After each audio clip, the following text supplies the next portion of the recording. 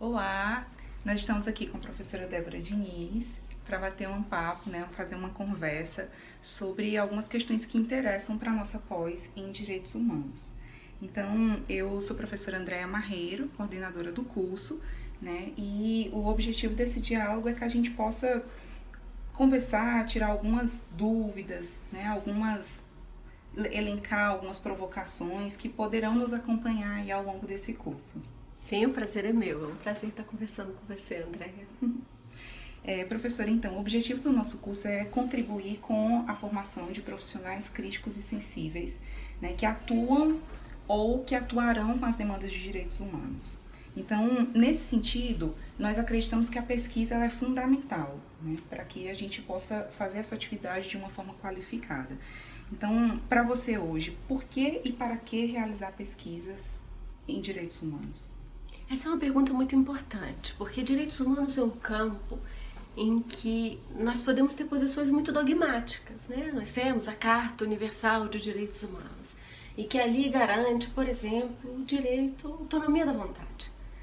Mas, na verdade, como é que isso se materializa na vida concreta das pessoas, na forma como elas vivem, nas culturas? Eu não estou sustentando aqui que fazer essa pergunta sobre o mundo é fazer um relativismo sobre os direitos humanos. Ali nós temos um acordo sobre alguns universais, sobre como nós queremos viver a vida.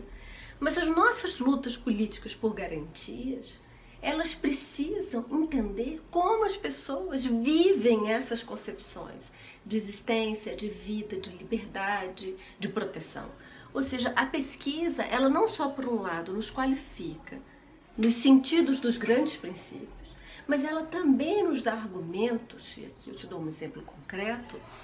Há muitos que possam defender, baseado em uma lógica de interpretação dos direitos humanos, de que o aborto deveria ser criminalizado, deve ser criminalizado. Quem sabe o feto tem direito à vida. E pesquisas com mulheres vão nos mostrar que as mulheres vão ter uma outra vivência sobre o caráter do direito da autonomia da vontade, como ela se relaciona com a sua gravidez, da qual ela não vai chamar essa experiência de interrupção da gestação de aborto, mas algumas vezes de regular uma menstruação, de tirar, ou seja, moralmente ela vai redescrever aquela outra leitura baseada em direitos humanos contra a sua possibilidade de decidir de uma maneira talvez muito mais apropriada à sua vida. O ponto aqui difícil, ao sustentar a importância da pesquisa em direitos humanos, é nós não cairmos num relativismo sobre como as pessoas vivem esse rol de direitos. São duas coisas diferentes. Uma é nós olharmos como elas vivem, para melhor fazer como garantir direitos. Mas eu não falaria em relativismo de direitos. Uma outra questão, professora, é que, em regra, as pesquisadoras militantes ou as militantes pesquisadoras, ou ainda o que você chama de as amadoras engajadas, elas têm um encantamento, uma ligação muito forte, nós temos. Me reconheço nessa categoria. Um encantamento muito grande pelas questões que são centrais na sua investigação, nas suas investigações, nas suas pesquisas. E aí uma questão para nós é como é que a gente pode fazer uma pesquisa engajada e confiável. Essa pergunta é muito importante. Veja, nós precisamos do engajamento para fazer pesquisas sérias. Então, na verdade, a pergunta que tem que nos causar surpresa é se é possível fazer uma pesquisa sobre os nossos temas em direitos humanos sem estar engajado com os temas. Ou nós iremos fazer um denuncianismo, ou nós vamos fazer apenas oposições. O engajamento é condição de possibilidade. Só que aonde é que o método das pesquisas entra para arrumar o nosso engajamento? É porque os métodos das pesquisas, eles nos vão dar confiabilidade àquilo que nós levantamos. Ou seja, o engajamento não é algo ruim. Eu diria que é não só legítimo, necessário, e é o que nos motiva ao campo. Só que engajamento não é sinônimo de uma subjetividade quase que apaixonada, ou se quiser usar uma palavra muito forte, leviana. Não, nós podemos nos afirmar, no meu caso, como uma feminista, fazendo pesquisas no campo de direitos humanos, mas que me subordinam a um conjunto de regras da comunidade científica sobre o que é uma pesquisa confiável, sobre o que são dados válidos para argumentação. Então, a pesquisa nos oferece argumentos e o nosso engajamento nos oferece a motivação. Uhum.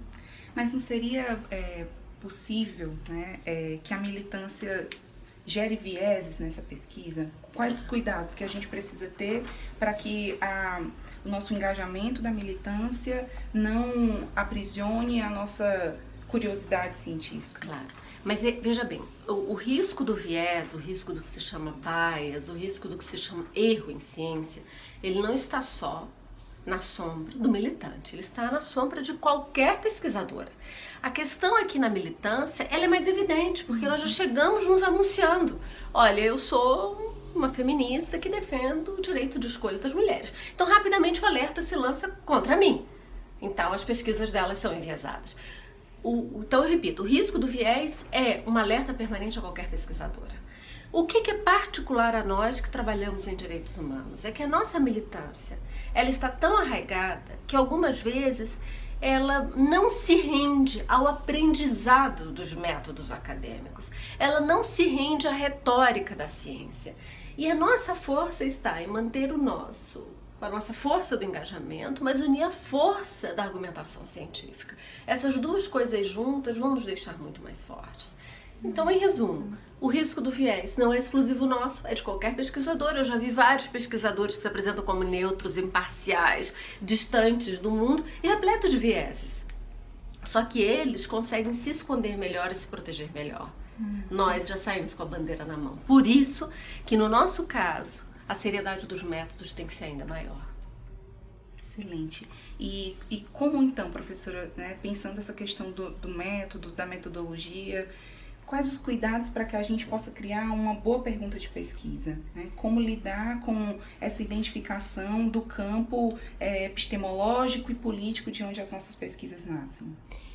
Veja, há uma coisa que aqui é uma resposta muito simples e que em geral nós não gostamos de fazer. É estudar metodologia, estudar métodos. Não tem jeito, é abrir um manual. É como ler um livro de receita, ler um manual sobre como instalar alguma coisa.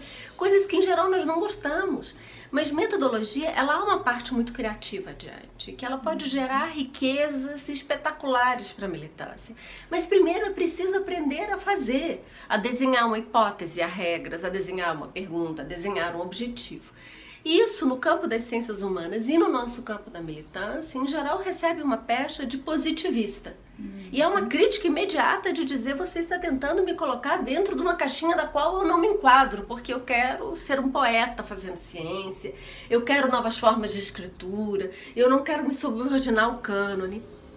A minha primeira resposta seria: domine a escolástica, domine a forma de fazer. E deixe as rupturas para mais adiante. Comece enfrentando os seus grandes temas de direitos humanos, que são temas delicados, dominando a hegemonia escolástica do campo, sabendo usar bem uma pesquisa qualitativa, uma entrevista, sabendo usar bem uma estatística, sabendo calcular uma amostra, sabendo fazer análise de um documento.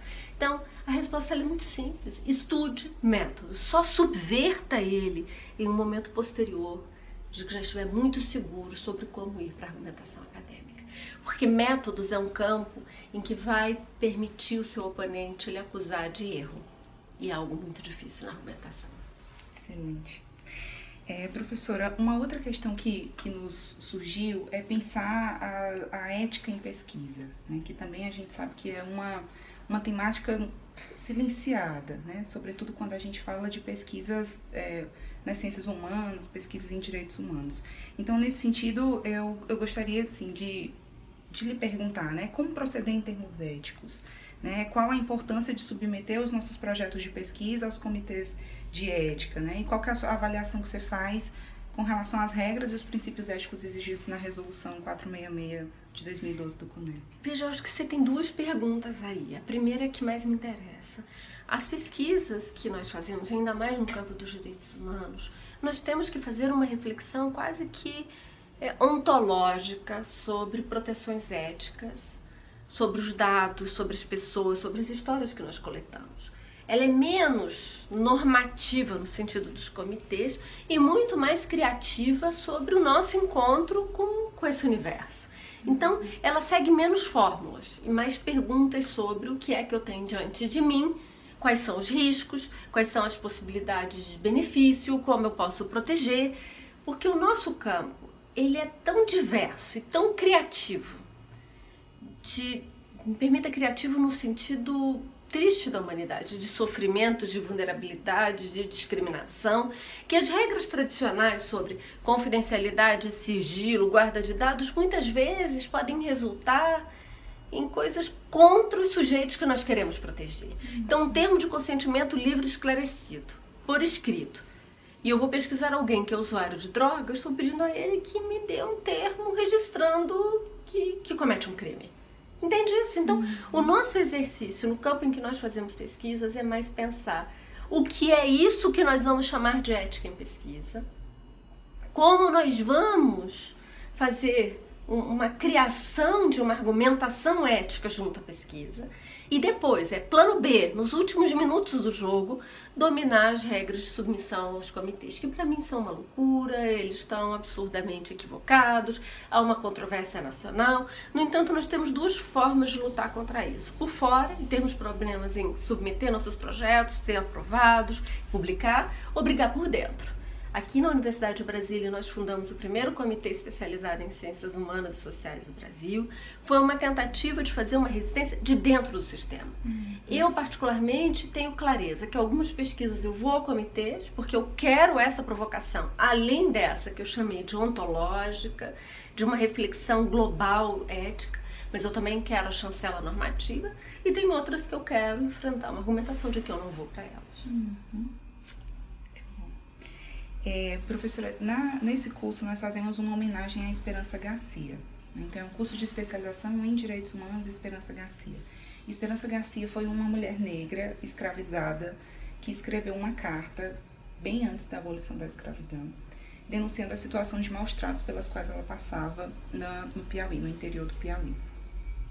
E essa carta, né, que a gente tem entendido que é uma petição, né, a primeira petição talvez, identificada no Piauí, ela soa para nós como uma denúncia, né, das situações que ela passava e um grito também de resistência. Nesse sentido, eu fiquei pensando, né, que você assume sua postura feminista, né, nas suas obras e assim como nas suas pesquisas, né, na sua atuação enquanto professora. E aí eu gostaria de lhe perguntar, assim, nos ajudar a pensar as Esperanças Garcias contemporâneas, né? Imaginando que essa carta, ela só foi identificada agora em 2000, há muito pouco tempo, né, por um historiador baiano chamado Luiz Mocha, que fazia pesquisa no Arquivo Público do Piauí. Então, são muitos anos de invisibilidade, né, de uma figura de resistência e de uma figura de uma mulher negra escravizada. Então, nesse sentido, assim, como pensar essa importância de dar visibilidade a essas vozes historicamente silenciadas, né? Como pensar, por exemplo, a vida de Severina, né? Ou a vida, como você apresenta no documentário, Uma História Severina, ou a vida das tantas mulheres aprisionadas na penitenciária feminina do DF, né? Como você traz os relatos em cadeia. Mas a história de Esperança Garcia tem uma coisa muito diferente de tudo que você tem mencionado. Até você me contar essa história, o que se sabia era que só havia um único livro escrito por um ex-escravo em todas as Américas, que era de um cubano. E esse é um livro interessantíssimo, porque ele primeiro é escrito na forma, ele foi alfabetizado, porque ele vivia ali pela Casa Grande da senhora, né, da senhora da Casa Grande, e primeiro ele é escrito na forma como ele escrevia, e depois ele é escrito na língua padrão. E é muito interessante porque ele foi recentemente publicado, mas muito recentemente publicado pela primeira vez também no Brasil, traduzido, e ele diz esses dois momentos. Aqui está a obra dele no original, aqui está ele traduzido para que nós possamos entender, porque o que ele escrevia era o espanhol crioulo do qual ele dominava. E essa é considerada a única obra das Américas escrita por um escravo. Não se tinha nenhum relato de uma obra dessa magnitude, escrita por ainda mais por uma mulher escrava, mesmo que seja uma carta, é um documento da mais absoluta importância. Eu diria que ela precisa ser muito mais noticiada, porque ela representa uma fissura dentro de um regime de múltiplas discriminações dessas mulheres escravas, que eram não ser alfabetizadas, que era estar à margem da sociedade, e ainda mais, como você diz, que é uma carta de resistência. É uma carta de dizer, isso aqui é uma petição por liberdade. Então, na verdade, a sua pergunta, você vai para mais de 100 anos de história, mas o que você quer agendar é que um curso em direitos humanos tem que ter esse compromisso permanente, seja com a história, seja com o nosso presente, seja com as vidas que estão aos nossos redor, que nós não conseguimos ouvir essas petições de existência. O nosso desafio aqui é que, com relação a ela, sim, nós não temos outra forma a não ser fazer com que as pessoas leiam, pedir que elas leiam e sermos a porta-voz de uma história esquecida. O nosso desafio, ao viver contemporaneamente com Severino, com as mulheres da cadeia ou com outras, é encontrar formas de que nós venhamos a falar juntas. Porque elas também estão aqui, elas também contam sua própria história. E não reproduzirmos o que fizemos há mais de um século atrás, de ser uma carta esquecida, uma carta perdida, porque nós não éramos capazes, nós não queríamos ouvir, na verdade, né? Ou então fazermos o que hoje é feito com esse livro que eu te explico, em que você diz, eu vou traduzir o que ele disse, porque nós não conseguimos nos aproximar de como ele fala. Excelente. E aí isso já encaminha para a nossa última pergunta, né? Na sua vivência, nesses 25 anos enquanto antropóloga, com relação às pesquisas de direitos humanos, você considera que nós temos ouvido as sujeitas e os sujeitos com quem nós pesquisamos? Né? E você acredita que essas pesquisas elas têm tido propósitos que vão além da denúncia? Na verdade, as minhas pesquisas, as pesquisas do grupo ao qual eu me vinculo, elas não são de denúncia. Elas são de comprovação de teses e de argumentos dos quais nós sustentamos. A denúncia, se nós quisermos usar essa palavra, ela é algo que pode rondar, mas ela é sempre dentro do mundo em que a linguagem dos direitos humanos, a que nos restou, porque nós estamos na resistência, é a de denunciar algo. Eu acho que o nosso grande desafio é, no campo da pesquisa em direitos humanos, agendarmos argumentos. Então, o nosso maior desafio, o nosso maior compromisso nesses anos todos é agendarmos formas de fazer perguntas e formas de responder dentro do campo dos direitos humanos, para garantias de direitos humanos. Então, eu não assumiria a denúncia como o meu principal compromisso, mas como uma tentativa de descobrir novas perguntas e elaborar respostas que permitam que o debate argumentativo se mova. Excelente, professora. Muito obrigada por sua participação e a gente espera, né, se encontrar pessoalmente em Teresina numa outra oportunidade. O prazer é meu, André. Você sabe o quanto eu gosto de ir em Teresina, tomar cajuína. Vai fazendo aí a lista. Eu tenho bons amigos aí. É porque realmente esse momento agora o Zika tá... Esse aqui é bom para todos ouvirem, né? O Zika tomou toda a minha agenda, mas você tem meu compromisso, quem tá nos ouvindo, que eu vou. Que bom. Tá? Um prazer enorme. Muito obrigada. Prazer, professora. Obrigada. Obrigada a todos vocês.